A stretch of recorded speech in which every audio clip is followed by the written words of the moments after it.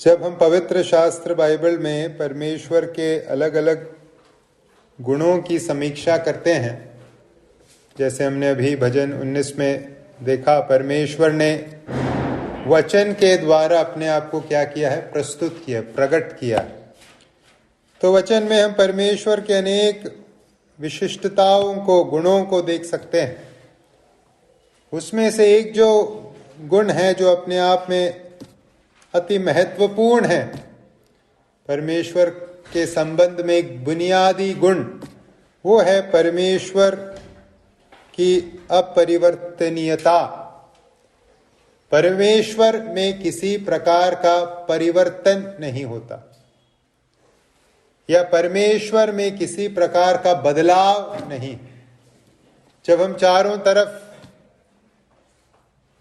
नजर उठाकर देखते हैं, चाहे मनुष्य हो, चाहे सृष्टि हो, चाहे इस सृष्टि का कोई अलग अंग हो, हर जगह परिवर्तन है या बदलाव है।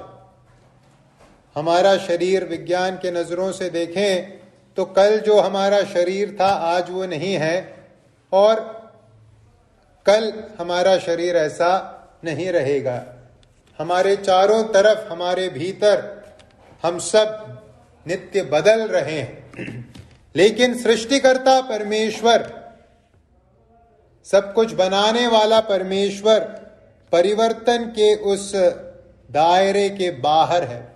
परमेश्वर बदलते नहीं हैं, उनमें बदलाव नहीं है।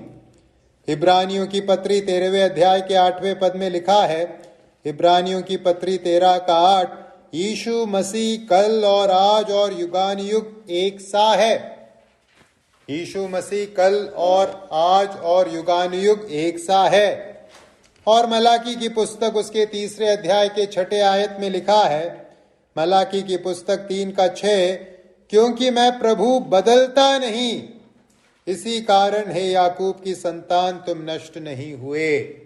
प्रभु कहते हैं क्योंकि मैं प्रभु बदलता नहीं। हमारा परमेश्वर हर प्रकार के बदलाव की संभावना से मुक्त है। अब जब हम इस विशिष्टता को, परमेश्वर की इस विशिष्टता को अपने ध्यान में रखते हैं, एक जो रुचिमय प्रश्न हमारे सामने उदय होता है, विशेषकर रोमियो की पत्री के संदर्भ में, वो प्रश्न यह है कि ठीक है, परमेश्वर में किसी प्रकार का बदलाव नहीं होता, तो क्या उद्धार के मार्ग के संबंध में कोई परिवर्तन है क्या? परमेश्वर द्वारा निर्धारित उद्धार का जो मार्ग है, या मानव जाति के लिए परमेश्वर ने जो उद्धार या मुक्ति का मार्ग स्थापित किया है, उसमें किसी प्रकार का परिवर्तन है या नहीं है? यह एक बात हमारे सामने उभर के आती है। जब हम वचन परखते हैं, वचन में 2 नियम हैं, पुराना नियम है और नया नियम है, वाचा अलग अलग हैं। तो क्या इन वाचाओं के बदलने के साथ परमेश्वर द्वारा उद्धार के लिए स्थापित या नियुक्त मार्ग भी परिवर्तित हुआ है? जब हम इस प्रश्न का उत्तर पवित्र शास्त्र बाइबल में टटोलते हैं, हमें उत्तर मिलता है नहीं। परमेश्वर न केवल अपरिवर्तनीय है, परमेश्वर द्वारा ठहराया गया नियुक्त उद्धार का मार्ग भी अपरिवर्तनीय है। वो बदलता नहीं है या बदला नहीं है। जिस मार्ग को परमेश्वर ने पुराने नियम के अंतर्गत दिया, उसी मार्ग को परमेश्वर ने नए नियम के अंतर्गत दिया। हमने अब तक रोमियो में सीखा, चाहे यहूदी हो चाहे यूनानी हो, उद्धार का मार्ग एक ही है। यही नहीं, समय काल भी चाहे कोई भी क्यों ना हो, बीता हुआ कल हो या वर्तमान हो या आने वाला कल हो, जिस उद्धार के मार्ग को परमेश्वर ने मानव जाति के लिए नियुक्त किया है, उसमें भी किसी प्रकार का परिवर्तन नहीं है या बदलाव नहीं है। इस बात को, इस परिचय को मन में रखते हुए आइए हम आज के वचन को पढ़ें। हम पढ़ेंगे रोमियो की पत्री अध्याय नंबर 4, उसके 1 से 8 तक के पदों को पढ़ेंगे। रोमियो की पत्री अध्याय नंबर 4, 1 से 8। रोमियो की पत्री अध्याय नंबर 4, 1 से 8 तक के पदों को आइए पढ़ें। इसमें इस प्रकार से लिखा है, इसलिए हम क्या कहें, हमारे शारीरिक पिता अब्राहम को क्या प्राप्त हुआ? क्योंकि यदि अब्राहम कामों से धर्मी ठहराया जाता तो उसे घमंड करने की वजह होती, परंतु परमेश्वर के निकट नहीं। पवित्र शास्त्र क्या कहता है? यह कि अब्राहम ने परमेश्वर पर विश्वास किया और यह उसके लिए धार्मिकता गिना गया। काम करने वाले की मजदूरी देना दान नहीं परंतु हक समझा जाता है। परंतु जो काम नहीं करता वरन भक्तिहीन के धर्मी ठहराने वाले पर विश्वास करता है, उसका विश्वास उसके लिए धार्मिकता गिना जाता है। जिसे परमेश्वर बिना कर्मों के धर्मी ठहराता है, उसे दाऊद भी धन्य कहता है। धन्य है वे जिनके अधर्म क्षमा हुए और जिनके पाप ढांपे गए। धन्य है वह मनुष्य जिसे परमेश्वर पापी न ठहराए। प्रभु इन वचनों के द्वारा हम सबसे बातें करें। प्रभु के नाम की महिमा हो। एक अच्छे शिक्षक या एक अच्छे उपदेशक की क्या है निशानी, या एक अच्छे उपदेशक की क्या है खासियत? वह अपने तर्कों को, अपने सिद्धांतों को केवल प्रस्तुत ही नहीं करता, उन तर्कों और उन सिद्धांतों को सिद्ध करने के लिए अच्छे उदाहरणों का इस्तेमाल भी करता है। यहां पौलुस एक श्रेष्ठ उपदेशक के रूप में इसी कार्य को करते हुए दिख रहे हैं। जब हम 3 अध्याय के विषय वस्तु के बारे में स्मरण करते हैं, अगर आप अपने बाइबल को पलटेंगे और 21वें पद के 3 अध्याय के 21वें पद के ऊपर के शीर्षक को पढ़ेंगे, 3 अध्याय में भी पौलुस ने विश्वास द्वारा धार्मिकता अर्जित करने के विषय में ही कहा था, और विश्वास से कैसे मनुष्य धर्मी ठहरता है, इस बारे में पौलुस ने हमारे सामने 3 अध्याय में अलग अलग प्रकार के विवरण दिए थे। क्यों विश्वास से ही धर्मी ठहरते हैं, कैसे विश्वास से धर्मी ठहरते हैं, कैसे कर्मों का कोई स्थान नहीं है धर्मी ठहरने में, इत्यादि इत्यादि बातों को पौलुस ने विस्तार से 3 अध्याय में सिखाया। तो ऐसा लगेगा कि 4 अध्याय में जब हम आएंगे उसका विषय बदल जाएगा, लेकिन 4 अध्याय में भी जहां तक पौलुस का विषय है उसमें कोई बदलाव नहीं है। वो अभी भी विश्वास द्वारा धर्मी ठहरने के बारे में ही बात कर रहा है, लेकिन अब पौलुस क्या कर रहे हैं? 4 अध्याय में पौलुस 2 व्यक्तित्वों का इस्तेमाल कर रहे हैं उदाहरण के रूप में।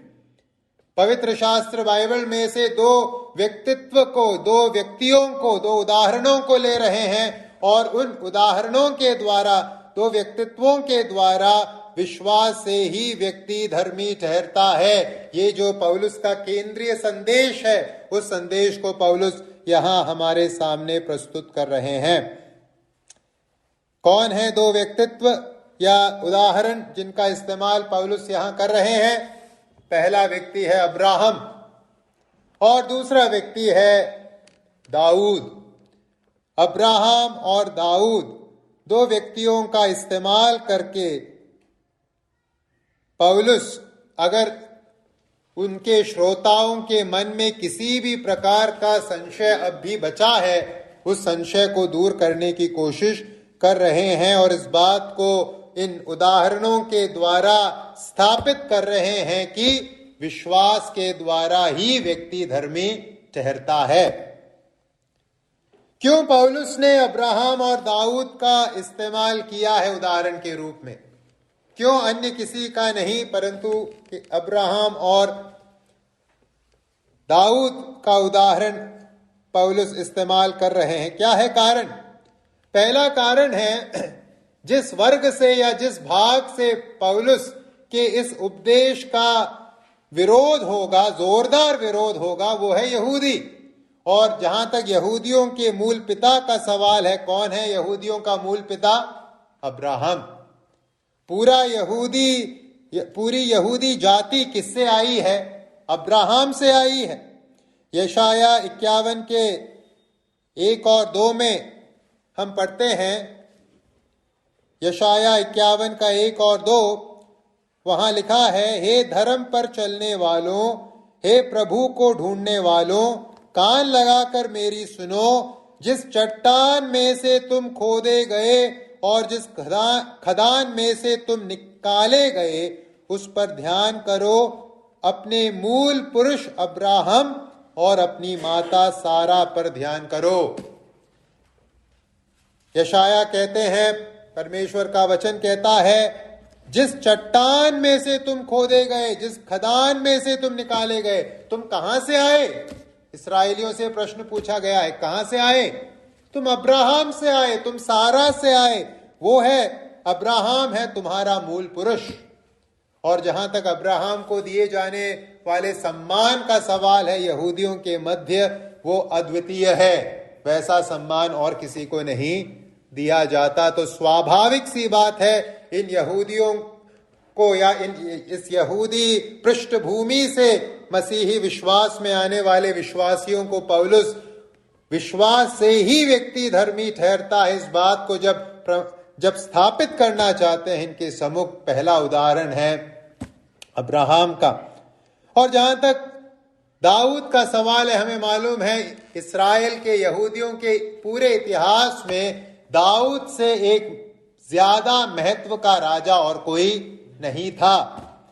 दाऊद ही वह शख्स है जिसको परमेश्वर ने वाचा दोहरा कर उस मसीहा के विषय में जानकारी दी, जो मसीहा दाऊद के वंश में आएगा, पैदा होगा।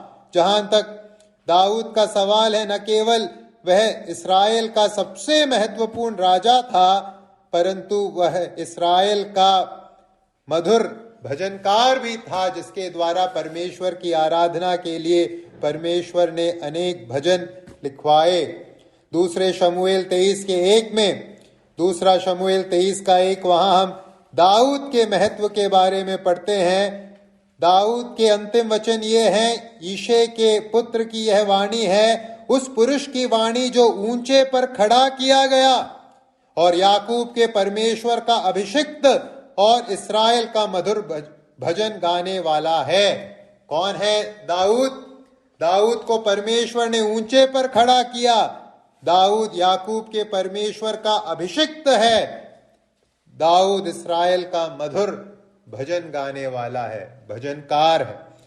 तो जहां तक अब्राहम का सवाल है, जहां तक दाऊद का सवाल है, इस्राएल के इतिहास में इन दोनों व्यक्तित्वों का बहुत अधिक महत्व है। कोई भी यहूदी, चाहे किसी भी पक्ष का क्यों ना हो, चाहे फरीसी हो, चाहे सदूकी हो, या किसी भी विभाग का क्यों ना हो, कोई भी यहूदी अब्राहम और दाऊद को क्या देता है? सबसे अधिक महत्व देता है। इसलिए अब पौलुस 4 अध्याय में विशेषकर अब्राहम और उसके साथ साथ दाऊद के जीवन में से उदाहरण के रूप में उनके जीवन को सामने रखते हुए विश्वास से ही व्यक्ति धर्मी ठहरता है, इस महत्वपूर्ण विषय को व्यवहारिक रूप से दिखा रहे हैं। जहां तक सिद्धांत का सवाल है, जहां तक थियोरी का सवाल है, पौलुस ने 3 अध्याय में स्पष्ट कर दिया है। अब उदाहरण की बारी, और उसके लिए हमारा ध्यान, अपने पढ़ने वालों का ध्यान अब्राहम और दाऊद की ओर पौलुस लेकर जा रहे हैं। और पौलुस इस बात को यहां स्थापित कर रहे हैं कि जब मैं आपको यह सिखा रहा हूं कि विश्वास से ही व्यक्ति धर्मी ठहरता है, मैं कोई नई बात नहीं कह रहा। ऐसा मत सोचिए कि मैं कोई नए उपदेश को लेकर आया हूं। यह बरसों पुराना उपदेश है। और किस किस पर लागू होता है? अब्राहम पर, दाऊद पर, तुम्हारे पूर्वजों पर भी लागू होता है। किसी ने इस प्रकार से कहा है, अब्राहम और दाऊद का उदाहरण इस बात का सबूत है कि विश्वास से धर्मी ठहरना ही परमेश्वर द्वारा नियुक्त इकलौता मार्ग है, जिसे पहले पुराने नियम में और फिर नए नियम में प्रस्तुत किया गया। इसके अलावा और कोई मार्ग परमेश्वर ने उद्धार के लिए या धर्मी ठहरने के लिए नियुक्त नहीं किया है। तो आइए आज हम इस भाग को सीखें और इस भाग के द्वारा, इस भाग में से मैं आपका ध्यान अब्राहम के जीवन की ओर विशेषकर लेकर आना चाहूंगा। और जो बातें हमने विश्वास से धर्मी ठहरने के बारे में तीसरे अध्याय में से सीखी, उन्हीं बातों को व्यवहारिक रूप से आइए हम अब्राहम के जीवन में देखें और इस सच्चाई को अपने मन में स्पष्ट रूप से बैठाएं। सबसे पहली बात जो अब्राहम के जीवन में हम व्यवहारिक रूप से विश्वास से धर्मी ठहरने के बारे में देखते हैं, वो है अब्राहम धर्मी ठहरा बिना कर्मों के। अब्राहम धर्मी ठहरा बिना कर्मों के। पहले और दूसरे पद में हम इस विषय को देख सकते हैं। जहां तक इस चौथे अध्याय का सवाल है जिसको हम अभी सीख रहे हैं, यह पूरा अध्याय परमेश्वर की धार्मिकता के बारे में बात करता है, जिस धार्मिकता को अब्राहम ने विश्वास के कारण प्राप्त किया, या विश्वास से जिस धार्मिकता को उसने परमेश्वर से प्राप्त किया, उसके बारे में इस पूरे अध्याय में लिखा गया है। और पहले आयत में एक प्रश्न के साथ पौलुस इस अध्याय की शुरुआत कर रहे हैं। क्या है प्रश्न? प्रश्न है, इसलिए हम क्या कहें, हमारे शारीरिक पिता अब्राहम को क्या प्राप्त हुआ? जहां तक इस प्रश्न का सवाल है, इस प्रश्न के बारे में कुछ मतभेद हैं, कुछ अलग अलग प्रकार के राय हैं। उसका कारण क्या है? उसका कारण है, जहां तक व्याकरण का सवाल है, व्याकरण के अनुसार हम इस प्रश्न को दो प्रकार से देख सकते हैं। कैसे हम देख सकते हैं? ये जो शारीरिक शब्द है या शरीर के अनुसार जो शब्द है, उसको हिंदी बाइबल में पिता अब्राहम के सामने लिखा गया है, लेकिन हिंदी बाइबल में एक ही ये जो शारीरिक शब्द है, उसको कुछ अनुवादों में या मूल भाषा के अनुसार आप प्राप्त हुआ या क्या प्राप्त हुआ से पहले रख सकते हैं। तो कैसे हम इस पद को देख सकते हैं? दो प्रकार से देख सकते हैं। एक प्रकार से जैसे यहां लिखा है, इसलिए हम क्या कहें, हमारे शारीरिक पिता अब्राहम को क्या प्राप्त हुआ, या दूसरे प्रकार से हम इस पद को कह सकते हैं, व्याकरण के अनुसार वो भी ठीक रहेगा, इसलिए हम क्या कहें, हमारे पिता अब्राहम को शरीर के अनुसार क्या प्राप्त हुआ। तो दो प्रकार से आप इस पद को पढ़ सकते हो। इस पूरे अध्याय के संदर्भ के अनुसार और उस अनुवाद के अनुसार अंग्रेजी में जिसका मैं इस्तेमाल करता हूं, मैं इस दूसरे प्रकार से इस पद को देखना मैं ठीक समझता हूं। इसलिए हम क्या कहें, हमारे पिता अब्राहम को शरीर के अनुसार क्या प्राप्त हुआ, यह प्रश्न।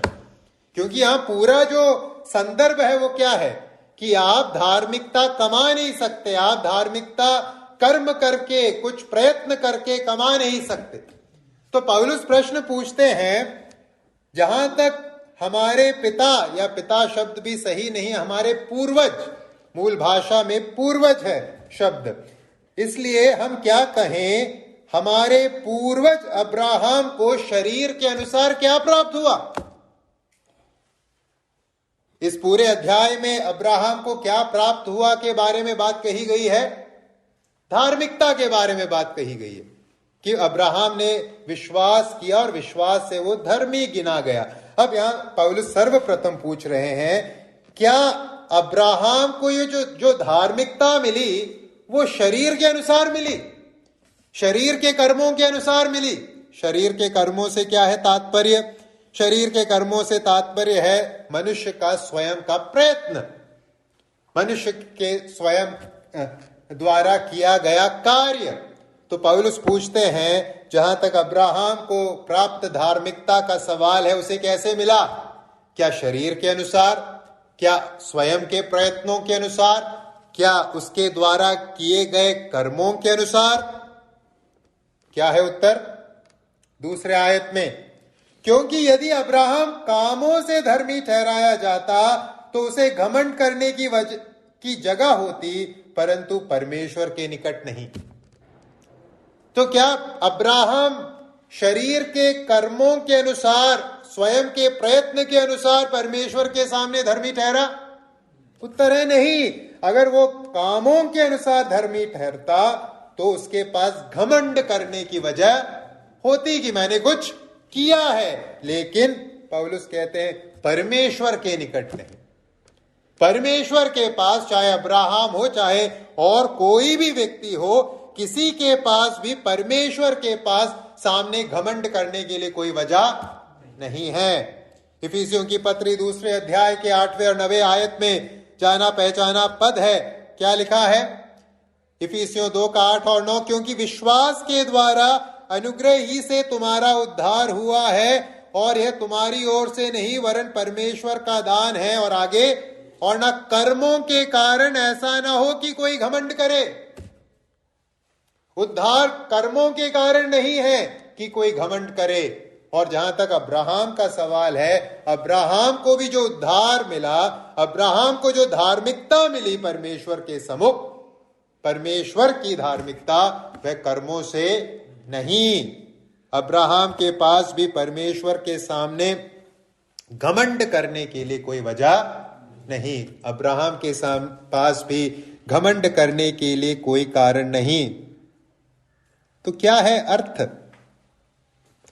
अर्थ यह है पौलुस के कथन का, इस प्रश्न और उत्तर का, कि जिस प्रकार से मैं और आप आज विश्वास के माध्यम से बिना कर्मों के धर्मी ठहरे हैं, उसी प्रकार से अब्राहम हजारों वर्ष पहले भी बिना किसी कर्मों के, बिना किसी शरीर के प्रयत्न के, केवल और केवल विश्वास के द्वारा धर्मी ठहराया गया।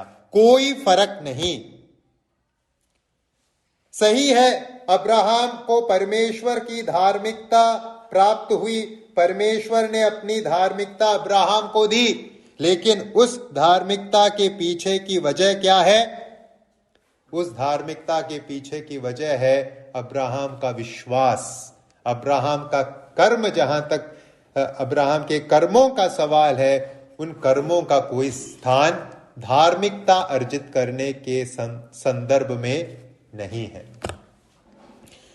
देखिए, जब हम पवित्र शास्त्र बाइबल को परखते हैं और इस बात को जांचते हैं कि किस स्थिति में परमेश्वर ने अब्राहम को बुलाया, उस कथन को पढ़ना काफी है इस बात को समझने के लिए कि कर्मों के आधार पर अब्राहम धर्मी नहीं ठहरा। क्योंकि जिस अवस्था में अब्राहम था जब परमेश्वर द्वारा बुलाया गया, उस अवस्था में कोई खूबी नहीं थी। हम पढ़ते हैं यहोशू की पुस्तक उसके 24वें अध्याय के 2 और 3 आयत में कि अब्राहम की स्थिति क्या थी जब परमेश्वर ने अब्राहम को बुलाया। उसकी क्या थी अवस्था? परमेश्वर के सम्मुख वो कैसा व्यक्ति था? यहोशू की पुराने नियम में यहोशू की पुस्तक 24 का 2 और 3 वहां लिखा है, ध्यान से सुने। तब यहोशू ने उन सब लोगों से कहा, इस्राएल का परमेश्वर प्रभु इस प्रकार कहता है, प्राचीन काल में अब्राहम और नाहोर का पिता तेरह आदि तुम्हारे पुरखा परात महानद के उस पार रहते हुए दूसरे देवताओं की उपासना करते थे, और मैंने तुम्हारे मूल पुरुष अब्राहम को महानद के उस पार से ले आकर कनान देश के सब स्थानों में फिराया और उसका वंश बढ़ाया और उसे इसहाक को दिया। तो क्या थी अब्राहम की स्थिति जब अब्राहम को परमेश्वर ने बुलाया? वो कैसा व्यक्ति था? क्या करने वाला व्यक्ति था? वो दूसरे देवताओं की उपासना करने वाला व्यक्ति था, या सरल भाषा में कहेंगे वो एक मूर्ति पूजक था। परमेश्वर द्वारा दिए गए बुनियादी आज्ञाओं के विरुद्ध चलने वाला व्यक्ति।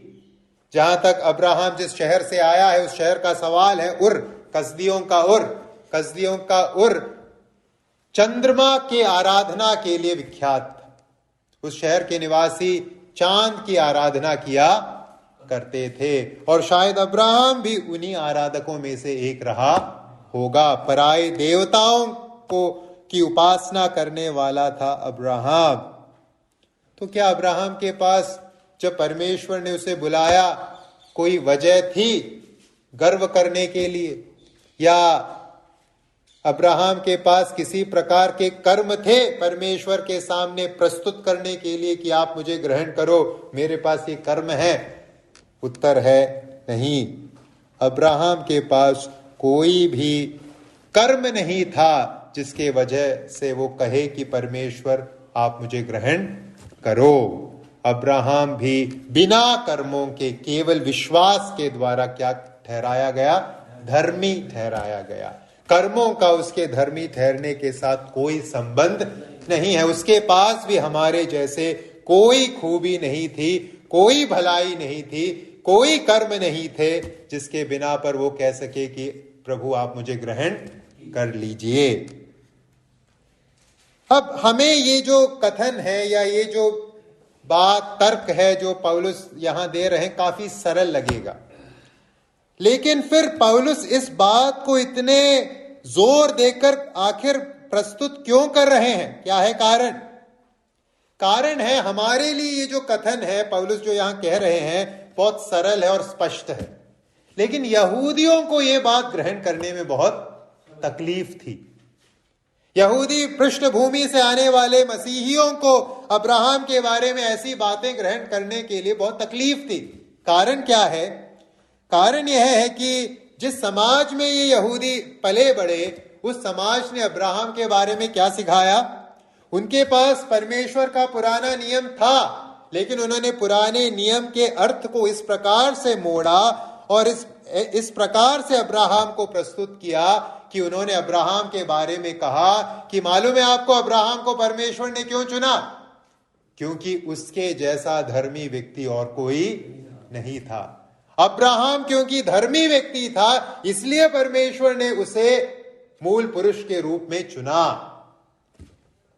यहां तक पढ़ने को मिलता है यहूदियों के लेखों में कि अब्राहम इतना धर्मी व्यक्ति था कि अब्राहम के जीवन काल के लगभग 400 वर्ष बाद जो मूसा की व्यवस्था दी गई, उस मूसा के व्यवस्था को अंतर्ज्ञान के चलते, आने वाले चीजों के उम्मीद के चलते अब्राहम पहले ही से निभाता आया था। तो अब्राहम के जमाने में मूसा की व्यवस्था नहीं थी, लेकिन यहूदी कहते थे अब्राहम पहले ही से उस व्यवस्था के दिए जाने से 400 वर्ष पहले अब्राहम क्या करता था? उस व्यवस्था के अनुसार जीवन जिया करता था। तो इस प्रकार के बड़ी बड़ी बातें अब्राहम के बारे में यहूदी समाज में प्रचलित थी। यहूदी धर्म गुरु ऐसी बातें सिखाते थे। तो जहां तक यहूदी श्रोताओं का सवाल है या यहूदी पृष्ठभूमि से आने वाले विश्वासियों का सवाल है, पौलुस का यह उपदेश कि विश्वास से ही व्यक्ति धर्मी ठहरता है बिना कर्मों के, अब्राहम के संदर्भ में ऐसे इसे ग्रहण करना उनके लिए बहुत कठिन था। इसलिए पौलुस जोर देकर इस बात को प्रस्तुत कर रहे हैं कि जहां तक अब्राहम का सवाल है वो भी बिना कर्मों के ही केवल विश्वास के द्वारा क्या हुआ? धर्मी ठहराया गया।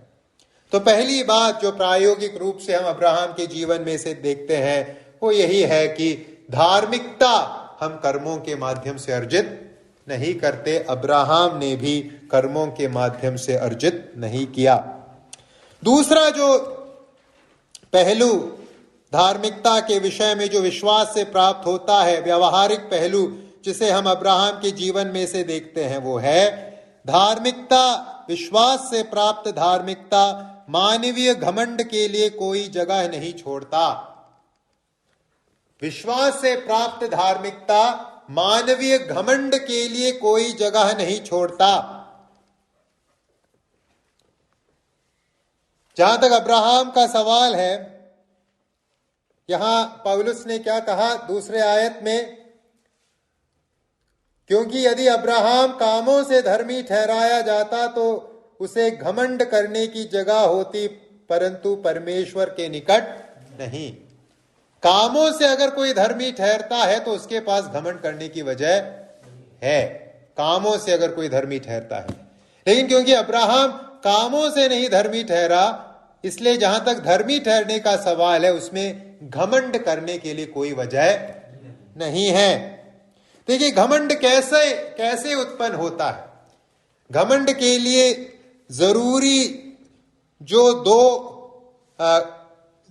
दो क्या कहेंगे बातें हैं। पहली बात है, घमंड या तो किसी दिए गए कार्य में योगदान के द्वारा उत्पन्न होता है कि मेरा भी इस काम में योगदान है, क्योंकि मेरा योगदान है इसलिए घमंड करने की वजह भी है। या तो फिर घमंड के पीछे का कारण है अपने योग्यता का एहसास रखना कि हाँ मेरे अंदर बहुत खूबी है, मेरे अंदर बहुत खासियत है, मेरे अंदर बहुत योग्यताएं हैं। जो व्यक्ति अपने योग्यता के बारे में बड़ी बड़ी बातें, बड़ी बड़ी सोच रखता है, उसके अंदर क्या मिलता है? घमंड मिलता है, गर्व मिलता है। तो घमंड के पीछे ये दो कारण अक्सर पाए जाते हैं। या तो आपको लगता है आपका योगदान है इस काम को करने में, या तो आपको लगता है कि आपके अंदर क्या है? योग्यता है। अब आइए हम अब्राहम के संदर्भ में देखें। विश्वास से धर्मी ठहराए जाने के विषय में मानवीय घमंड के लिए जगह क्यों नहीं है? क्या है कारण? पहली बात, इसमें मनुष्य का या अब्राहम का कोई योगदान नहीं है। इस बात को पहले से ही हमने दूसरे आयत के संदर्भ में देखा कि पौलुस, जहां तक अब्राहम का सवाल है, अब्राहम ने किसी प्रकार से कर्मों के द्वारा कोई योगदान नहीं दिया। लेकिन इसी बात को चौथे आयत में दोबारा पौलुस एक उदाहरण के द्वारा समझा रहे हैं। और इस उदाहरण को पौलुस ने कहां से लिया है? व्यवसाय के संदर्भ में से लिया है, रोजगार के संदर्भ में से लिया है। चौथे आयत में, काम करने वाले की मजदूरी देना दान नहीं परंतु हक समझा जाता है। व्यापार या व्यवसाय या रोजगार के संदर्भ में से पौलुस यहां उदाहरण लेते हैं और कहते हैं कि जो व्यक्ति काम करता है उसको जो तनख्वाह मिलती है या जो मजदूरी मिलती है उसे कभी भी आप अनुग्रह के नाम से नहीं बुलाओगे। वो अनुग्रह नहीं है, वो क्या है? हक है। उसने काम किया है इसलिए उसको मजदूरी मिलनी चाहिए। वो अनुग्रह नहीं है, वो हक है। इसलिए हम व्यापार या व्यवसाय के संदर्भ में अनुग्रह शब्द का इस्तेमाल नहीं करते, हम हक शब्द का इस्तेमाल करते हैं। ये मेरी मजदूरी है, मुझे मिलनी चाहिए।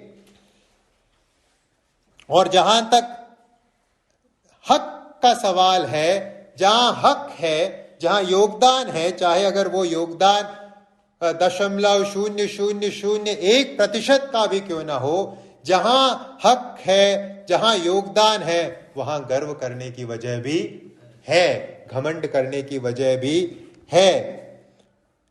परंतु जहां अनुग्रह है, जहां हक नहीं है, जहां किसी प्रकार का योगदान नहीं है, जहां केवल अनुग्रह है, वहां घमंड करने की कोई वजह नहीं। क्या आपने ऐसे किसी विद्यार्थी को देखा है जो इस बात को लेकर घमंड महसूस करता है कि उसे ग्रेस मार्क टीचर ने दिया और वो पास हो गया? क्या कोई विद्यार्थी बड़े घमंड के साथ, गर्व के साथ कहता है कि मुझे अनुग्रह अंक मिला तब जाके मैं पास हुआ, ऐसा कोई कहता है? ऐसा कोई नहीं कहता, क्योंकि जहां अनुग्रह की बात आती है वहां घमंड करने के लिए कोई वजह नहीं रहती। और जहां तक घमंड करने का दूसरा पहलू है, हमने कहा योग्यता। घमंड कब मनुष्य करता है? जब उसके अंदर यह एहसास होता है कि मैं योग्य हूं, मैं काबिल हूं। अपने काबिलियत पर भरोसा घमंड को उत्पन्न करता है। अब पौलुस 5वें आयत में अब्राहम के काबिलियत के तरफ हमारा इशारा लेकर जाते हैं। जब अब्राहम ने परमेश्वर पर विश्वास किया धार्मिकता के लिए, वो क्या कर रहा था? 5वें आयत में, परंतु जो काम नहीं करता वरन भक्तिहीन के धर्मी ठहराने वाले पर विश्वास करता है, उसका विश्वास उसके लिए धार्मिकता गिना जाता है। जब अब्राहम परमेश्वर पर विश्वास करता है धर्मी ठहरने के लिए, वो क्या मान रहा है? वो किसके पास जा रहा है? भक्तिहीन को धर्मी ठहराने वाले के पास जा रहा है। किसके पास जा रहा है? भक्तिहीन को धर्मी ठहराने वाले के पास जा रहा है। मतलब वो क्या स्वीकार रहा है अपने विषय में? मेरे अंदर कोई काबिलियत या कोई अच्छाई या कोई भलाई नहीं है। वो अपने शून्यता का एहसास रखते हुए परमेश्वर के पास जा रहा है, क्योंकि परमेश्वर किसको धर्मी ठहराते हैं? भक्तिहीन को, शून्य लोगों को, जिनको अपने गए गुजरे होने का एहसास है, उन्हीं को परमेश्वर धर्मी ठहराते हैं। जब अब्राहम ने अपने विश्वास को परमेश्वर पर रखा, ये इस बात की गवाही देता है कि अब्राहम ने अपने अयोग्यता को, अपने मूल्यहीनता को परमेश्वर के सम्मुख क्या किया? स्वीकारा। उसके अंदर अपने काबिलियत पर कोई भरोसा नहीं था। जब हम वचन सीखते हैं, हम इस बात को पाते हैं कि जहां तक विश्वास से धर्मी ठहरने की बात है, अपने बेबसी को समझना, अपने शून्यता को समझना, अपने अयोग्यता को समझना एक बहुत अनिवार्य और जरूरी अवस्था है। जब तक कोई व्यक्ति अपने अयोग्यता को न जाने, परमेश्वर के सम्मुख आने की अयोग्यता, परमेश्वर से जुड़ने की अयोग्यता, जब तक इस प्रकार की बेबसी हमारे अंदर उत्पन्न न हो कि प्रभु मुझसे नहीं होगा, मेरे अंदर कोई काबिलियत नहीं है, तब तक वह व्यक्ति परमेश्वर के सम्मुख खरे विश्वास के साथ नहीं आ सकता। इसीलिए भजन 51 के 17 में लिखा है, भजन 51 के 17 में, टूटा मन परमेश्वर के योग्य बलिदान है। हे परमेश्वर, तू टूटे और पिसे हुए मन को तुच्छ नहीं जानता। भजन 51 का 17, टूटा मन परमेश्वर के योग्य बलिदान। जो टूटे मन के साथ, अपने अयोग्यता के एहसास के साथ, अपने बेबसी के एहसास के साथ अब्राहम के माफिक परमेश्वर के सम्मुख आता है, परमेश्वर उसे क्या करते हैं? ग्रहण करते हैं, उसे रिजेक्ट नहीं करते। और इसी सच्चाई को हम नए नियम में उस दृष्टांत में पाते हैं, जब एक पश्चाताप करने वाला, कर वसूल करने वाला व्यक्ति मंदिर में प्रार्थना करने के लिए गया। हमने लूका के सुसमाचार 18वें अध्याय में उस घटना को पढ़ा, उस दृष्टांत को। 2 व्यक्ति प्रार्थना करने गए, एक अहंकारी फरीसी और दूसरा टूटे मन वाला, चुंगी लेने वाला टैक्स कलेक्टर। परमेश्वर ने क्या कहा? यीशु मसीह ने क्या फैसला सुनाया? दोनों ने जाके अपनी अपनी प्रार्थना करी। प्रभु यीशु ने क्या फैसला सुनाया? लूका 18 का 14, मैं तुमसे कहता हूं कि वह दूसरा नहीं परंतु यही मनुष्य धर्मी ठहराया जाकर अपने घर गया। कौन? चुंगी लेने वाला, जिसने अपनी शून्यता का एहसास रखा। और आगे प्रभु कहते हैं, क्योंकि जो कोई अपने आप को बड़ा बनाएगा वह छोटा किया जाएगा, और जो कोई अपने आप को छोटा बनाएगा वह बड़ा किया जाएगा। परमेश्वर ने अब्राहम को बड़ा किया, इसका क्या है अर्थ? इसका अर्थ है अब्राहम ने अपने आप को क्या किया? छोटा किया। अब्राहम ने अपनी शून्यता को स्वीकारा। अब्राहम के पास गर्व करने के लिए कोई वजह नहीं थी। इस बात को अब्राहम ने जाना। ना तो अब्राहम कर्मों में योगदान के द्वारा धर्मी ठहरा, न अपनी योग्यता के कारण धर्मी ठहरा। इसलिए जहां तक अब्राहम का सवाल है, अब्राहम के पास धर्मी ठहरने के पीछे गर्व करने के लिए कोई वजह नहीं थी, और हमारे पास भी नहीं है। तो आइए हम अपने आप को परखें कि इस प्रकार का एक टूटा मन हमारे अंदर है, या हमें अपनी योग्यता का एहसास है कि मैं बहुत योग्य हूं, मैं बहुत बड़ा हूं, या मैं कुछ तो अच्छा कर सकता हूं। क्या सोच है हमारी अपने विषय में? जहां तक महान अब्राहम के जीवन का सवाल है, हम क्या सीखते हैं? जहां तक विश्वास से धर्मी ठहरने का सवाल है, उसमें घमंड करने के लिए कोई स्थान नहीं है। ये केवल और केवल अनुग्रह से हमें मिलता है, और जहां अनुग्रह है वहां घमंड के लिए कोई वजह नहीं है। तीसरी बात जो हम अब्राहम के जीवन में से व्यवहारिक रूप में सीखते हैं, वो है धर्मी व्यक्ति विश्वास और केवल विश्वास से ही ठहरता है। मनुष्य धर्मी केवल और केवल विश्वास से ठहरता है। इसी बात को हमने तीसरे अध्याय में अलग अलग तरीके से सीखी, लेकिन अब आइए अब्राहम के जीवन में देखें कि किस प्रकार से अब्राहम विश्वास और केवल विश्वास से धर्मी ठहरा। अब्राहम के विश्वास के तरफ ध्यान ले जाने से पहले आइए हम देखें, आइए हम यहां ऑब्जर्व करें किस प्रकार से पौलुस वचन का इस्तेमाल करते हुए अपने उपदेश को स्थापित कर रहे हैं। तीसरे आयत में देखिए पौलुस क्या लिखते हैं, पवित्र शास्त्र क्या कहता है। पौलुस अपने युक्ति या अपने लॉजिक का इस्तेमाल नहीं कर रहे उपदेश को स्थापित करने के लिए। पौलुस पवित्र शास्त्र के वचन का या पवित्र शास्त्र की गवाही का इस्तेमाल करके अपने उपदेश को यहां स्थापित कर रहे हैं। जब पौलुस यहां प्रश्न पूछते हैं तीसरे आयत में, पवित्र शास्त्र क्या कहता है, इसका मतलब क्या हुआ? इसका मतलब हुआ कि पौलुस के नजरों में पवित्र शास्त्र का क्या है दर्जा? पवित्र शास्त्र आधिकारिक परमेश्वर का वचन है, जिससे हम आधिकारिक रूप से परमेश्वर के मार्गदर्शन को प्राप्त कर सकते हैं। तो क्या हम भी पवित्र शास्त्र बाइबल के बारे में यही सोच रखते हैं या नहीं? इस बात को आइए परखें। जहां तक पौलुस का सवाल है, पौलुस के लिए पवित्र शास्त्र क्या है? परमेश्वर का आधिकारिक वचन, जिससे आप जीवन के लिए मार्गदर्शन प्राप्त करते हो आधिकारिक रूप से। अब तीसरा जो प्रायोगिक पहलू है वो अब्राहम के विश्वास के बारे में। जैसे तीसरे आयत में लिखा है, अब्राहम ने परमेश्वर पर विश्वास किया और यह उसके लिए धार्मिकता गिना गया। यहां पौलुस उत्पत्ति की पुस्तक अध्याय नंबर 15 के 6 आयत का उद्धरण कर रहे हैं। उत्पत्ति की पुस्तक अध्याय नंबर 15 उसका 6 पद। उत्पत्ति की पुस्तक अध्याय 15 का 6 पद वह पहला भाग है या पहला अवसर है जब विश्वास से व्यक्ति धर्मी ठहरता है।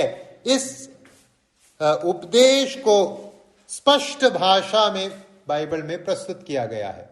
तो अगर आपसे कोई पूछे विश्वास से ही व्यक्ति धर्मी ठहरता है, स्पष्ट रूप से पहली बार बाइबल में कहां पाया जाता है? नए नियम में नहीं, कहां? पुराने नियम में। और पुराने नियम में भी कहां? पहली पुस्तक में, उत्पत्ति की पुस्तक 15 का 6। जब पौलुस कहते हैं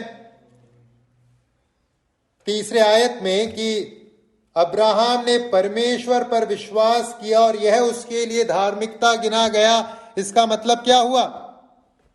इसका मतलब यह हुआ कि अब्राहम भी उसी प्रकार से धर्मी ठहराया गया जिस प्रकार से आप और मैं।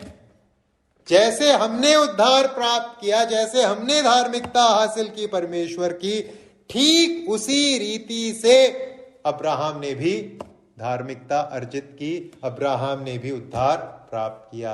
जैसे पहले कहा गया, चाहे पुराना नियम हो चाहे नया नियम हो, परमेश्वर भी कभी नहीं बदलते और परमेश्वर द्वारा उद्धार के लिए नियुक्त मार्ग में भी किसी प्रकार का बदलाव नहीं है। इस बात को आइए हम स्पष्ट समझें।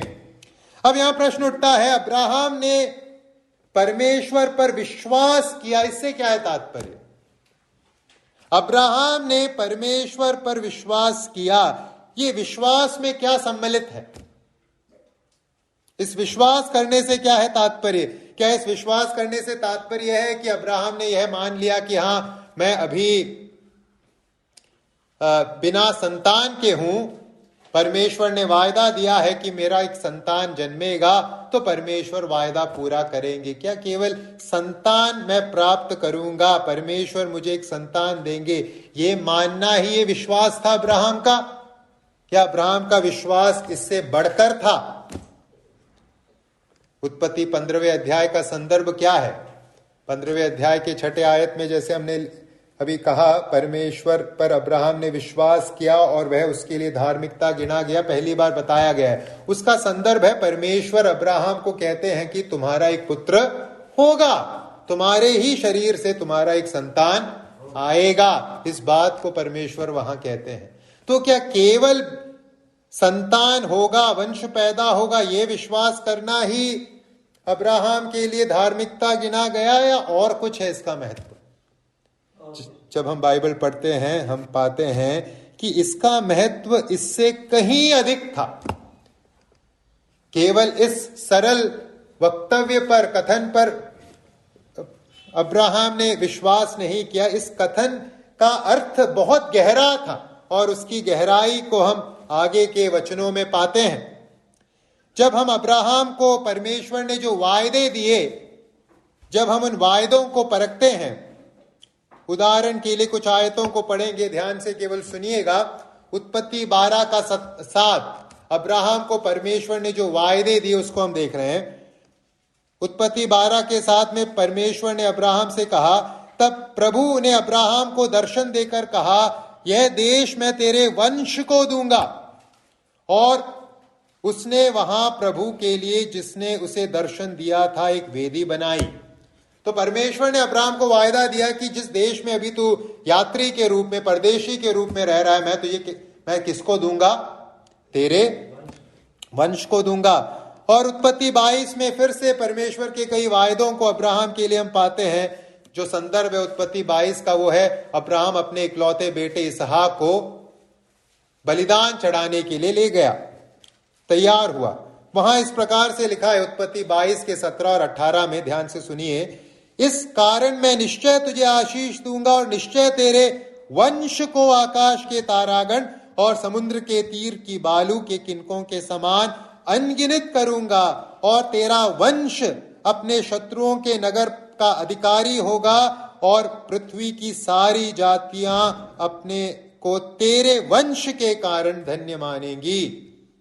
तो इन आयतों को, जिसके अंतर्गत परमेश्वर ने अब्राहम को कई वायदे दिए, हम एक शब्द को बार बार दोहराया हुआ पाते हैं। वो क्या है? तेरा वंश, तेरा वंश, तेरे वंश को मैं ये जमीन दूंगा, तेरे वंश के द्वारा पृथ्वी की सारी जातियां आशीषित होंगी, तेरा वंश शत्रुओं के ऊपर अधिकार करेगा, तेरा वंश आकाश के तारागण के समान होगा।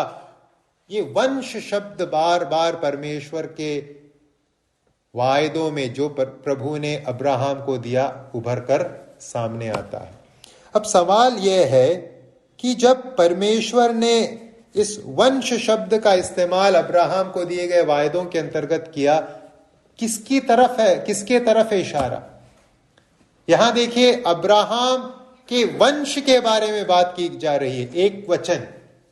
वंशों के बारे में बात नहीं की जा रही, बहुवचन के बारे में बात नहीं की जा रही, एक वचन में बात की जा रही, तेरे वंश को दूंगा। क्या परमेश्वर ने कनान देश अब्राहम के वंश को दिया? तुरंत पहला वंश कौन था अब्राहम का? इसहाक। लेकिन इसहाक को कनान देश नहीं मिला। किसको मिला? इसहाक से पीढ़ी आगे बढ़ी, फिर पूरा 12 गोत्र आया और उसके बाद उन्हें कनान देश मिला। तो ये जो वंश है उसके द्वारा किसकी ओर है इशारा? इस प्रश्न का हम उत्तर नए नियम में पढ़ते हैं। गलातियों की पत्री 3 अध्याय। क्या है इस वंश से तात्पर्य जिसके बारे में परमेश्वर ने अब्राहम को वायदा किया और अब्राहम ने विश्वास किया? कौन है ये वंश? गलातियों 3 अध्याय उसके 2 पद को पढ़ेंगे, 8वां पद और 16वां पद। 8वां पद पहले पढ़ रहा हूं, उसके बाद 16 पढ़ूंगा, ध्यान से सुने। और पवित्र शास्त्र ने पहले ही से यह जानकर कि परमेश्वर अन्य जातियों को विश्वास से धर्मी ठहराएगा, पहले ही से इब्राहिम को यह सुसमाचार सुना दिया कि तुझ में सब जातियां आशीष पाएंगी। तो अब्राहम को परमेश्वर ने जो वायदे दिए वो क्या सुना रहे थे अब्राहम को? सुसमाचार। अब क्या है ये सुसमाचार का महत्व? 18वें पद में निदान 16वें पद में, निदान प्रतिज्ञाएं इब्राहिम को और उसके वंश को दी गई। वह यह नहीं कहता कि वंशों को, जैसे बहुतों के विषय में कहा, पर जैसे एक के विषय में कि तेरे वंश को। और वह कौन है? यह एक वंश कौन है? मसीह। जिस वंश के बारे में अब्राहम को परमेश्वर ने वायदा दिया, मैं तेरे वंश को भूमि दूंगा, मैं तेरे वंश को बढ़ाऊंगा, तेरे वंश के द्वारा समूचे मानव जाति को आशीष दूंगा, वो एक वंश कौन है? किसके तरफ है इशारा? प्रभु यीशु मसीह की ओर है इशारा। तो इन वायदों के अंतर्गत जो परमेश्वर ने अब्राहम को दिए, जिस पर अब्राहम ने विश्वास किया, परमेश्वर क्या कह रहे थे अब्राहम से? अब्राहम से परमेश्वर अपने उद्धार के योजना के बारे में बात कर रहे थे, यीशु मसीह के बारे में बात कर रहे थे। यूहन्ना रचित सुसमाचार 8:56 में इसीलिए प्रभु यीशु ने कहा, यूहन्ना रचित सुसमाचार 8:56, तुम्हारा पिता इब्राहिम मेरा दिन देखने की आशा से बहुत मगन था और उसने देखा और आनंद किया। अब्राहम ने किसको देखा? किसके दिन को देखा? यीशु मसीह के दिन को देखा और वो मगन हुआ और आनंदित हुआ। यूहन्ना रचित सुसमाचार 8:56। तो हम किस सवाल का जवाब ढूंढ रहे हैं कि अब्राहम ने क्या विश्वास किया? क्या विश्वास किया? किस पर विश्वास किया अब्राहम ने? अब्राहम ने केवल यह विश्वास नहीं किया कि हाँ मेरा एक बेटा होगा, मेरा वंश आगे बढ़ेगा। अब्राहम ने यह विश्वास किया कि एक उद्धारकर्ता आएगा, मसीहा आएगा, और उस मसीहा के गुणों के चलते हम सब उद्धार पाएंगे, हम सब धर्मी ठहराए जाएंगे। अब्राहम ने जिस विश्वास को किया, जिसके चलते वह धर्मी ठहराया गया, वह किस पर किया गया विश्वास था? आने वाले उस मसीहा पर किया गया विश्वास। जिस प्रकार से मैंने और आपने आए हुए मसीहा पर विश्वास किया है, अब्राहम ने आने वाले मसीहा पर विश्वास किया। हम दोनों ने, चाहे हमारा हमसे ताल्लुक हो या अब्राहम से ताल्लुक हो, अब्राहम ने और हमने दोनों ने विश्वास से धार्मिकता अर्जित की और एक ही पर विश्वास किया है। विश्वास का विषय वस्तु भी एक ही है। अब्राहम के लिए भी यीशु मसीह और यीशु मसीह का बलिदान, मेरे लिए आपके लिए भी यीशु मसीह और यीशु मसीह का बलिदान। परमेश्वर का उद्धार के लिए नियुक्त मार्ग में किसी प्रकार का बदलाव नहीं है। न मार्ग में बदलाव है, न विश्वास करने के विषय वस्तु में कोई बदलाव है। अगर कोई उद्धार पाता है या किसी ने अब तक उद्धार पाया है, एक ही वजह है, उसने यीशु मसीह के नाम पर विश्वास किया है। क्रूस के से पहले कुछ लोगों ने क्रूसित होने वाले मसीहा पर विश्वास किया, और क्रूस के बाद मैं और आप जो जीवित हैं, हम क्रूसित हुए मसीहा पर विश्वास करते हैं। लेकिन जहां तक विषय वस्तु का सवाल है, दोनों एक ही है। हम सब ने उसी मसीहा पर विश्वास करके धर्मी ठहरे हैं, जो हमारे अपराधों के लिए पकड़वाया गया और हमारे धर्मी ठहरने के लिए फिर से जिलाया गया। तो अब्राहम विश्वास के द्वारा धर्मी ठहराया गया। और वह विश्वास किस पर किया गया विश्वास था? यीशु मसीह पर किया गया विश्वास, जिस प्रकार से मैंने और आपने भी विश्वास किया है। तो जमाना बदल गया, वाचा बदल गई, लेकिन विश्वास एक ही है और उद्धार का मार्ग एक ही है, कोई फर्क नहीं है। परमेश्वर क्योंकि एक ही है जो कभी बदलता नहीं है। चौथी और अंतिम बात, अब्राहम विश्वास से धर्मी ठहराया गया। इस विषय में चौथी और अंतिम बात जो हम प्रायोगिक दृष्टि में देखते हैं, 3 से 8 तक के पदों में हम पाते हैं। 3 से 8 तक के पदों में पौलुस हमारा ध्यान इस बात की तरफ लेकर जाते हैं कि विश्वास से धर्मी ठहराए जाने के अंतर्गत परमेश्वर कुछ बातों को विश्वास करने वाले के खाते में जोड़ते हैं। अब्राहम के खाते में कुछ जोड़ा गया उसके विश्वास के अंतर्गत, विश्वास के चलते। इस बात को 3 से लेकर 8 तक के पदों में पौलुस अलग अलग प्रकार से प्रस्तुत कर रहे हैं। अगर आप 3 से 8 तक के पदों को पढ़ेंगे, ध्यानपूर्वक देखेंगे, वहां कुछ शब्द बार बार दोहराया गया है। कौन सा शब्द है?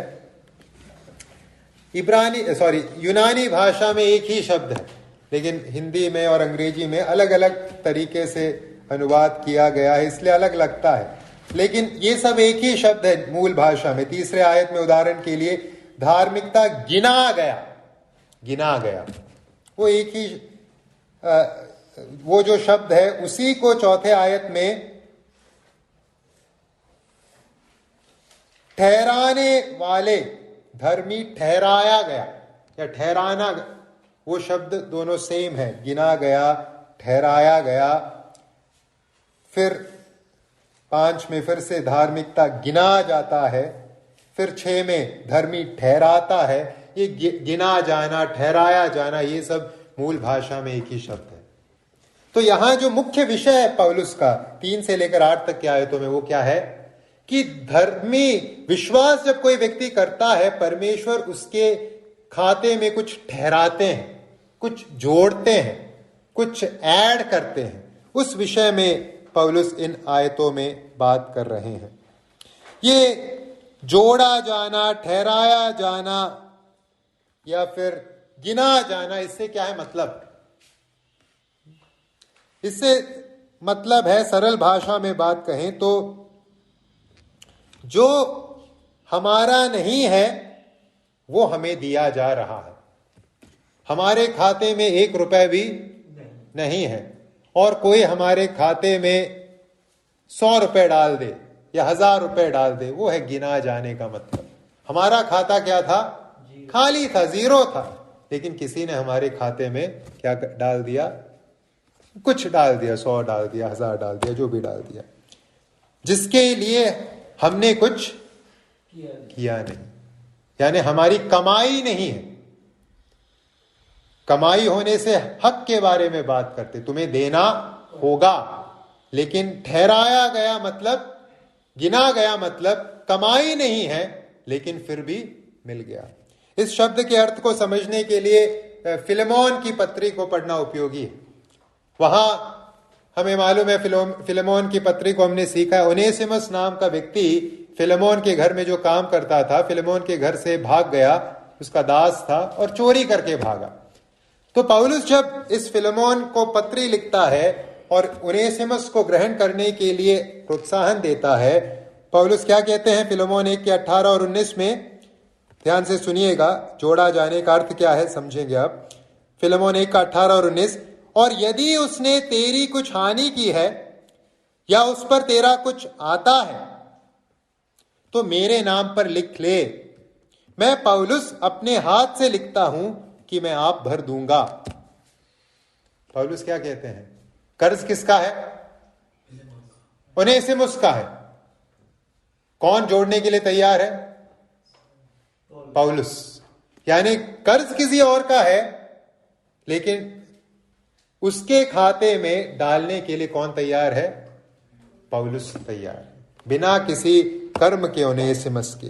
तो यही है यहां चौथे अध्याय में भी ठहराए जाने का अर्थ। हमारे पास कुछ नहीं है, हमारा खाता, आत्मिक खाता क्या है? शून्य है। लेकिन परमेश्वर ने यीशु मसीह के धार्मिकता को हमारे खाते में डाल दिया। हमारी धार्मिकता शून्य है, हमारे अच्छे कर्म भी मैले चितड़े कपड़ों के समान है, उसका कोई मूल्य नहीं है। लेकिन हमारे खाते में, हर एक विश्वास करने वाले के खाते में परमेश्वर ने क्या डाल दिया? यीशु मसीह की धार्मिकता। यीशु मसीह की धार्मिकता हमारे खाते में डालकर परमेश्वर ने हमारे दोष को और हमारे दंड को हमसे क्या कर दिया? दूर कर दिया। खाते में डालना या किसी को परमेश्वर ने हमारे खाते में यीशु मसीह पर विश्वास करने के अंतर्गत कुछ जोड़ दिया। क्या क्या जोड़ा, उसके बारे में 7 और 8 पद में हम ब्यौरा पढ़ते हैं। 7वां और 8वां पद भजन संहिता 32 में से लिया गया है। भजन 32 का 1 और 2 पद है। यहां किस किस प्रकार का जोड़ा जाना घटता है, या किस किस प्रकार का जोड़ा जाना या ठहराया जाना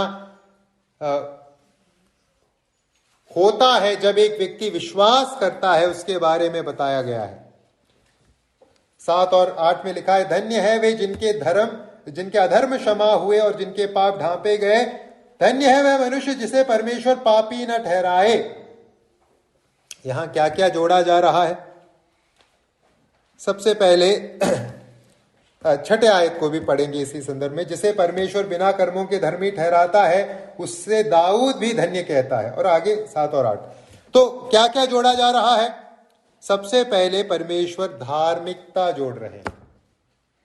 परमेश्वर क्या जोड़ रहे हैं? अपनी धार्मिकता। 6 आयत में, जिसे परमेश्वर बिना धर्मों के धर्मी ठहराता है। परमेश्वर क्या जोड़ रहे हैं खाते में? अपनी धार्मिकता।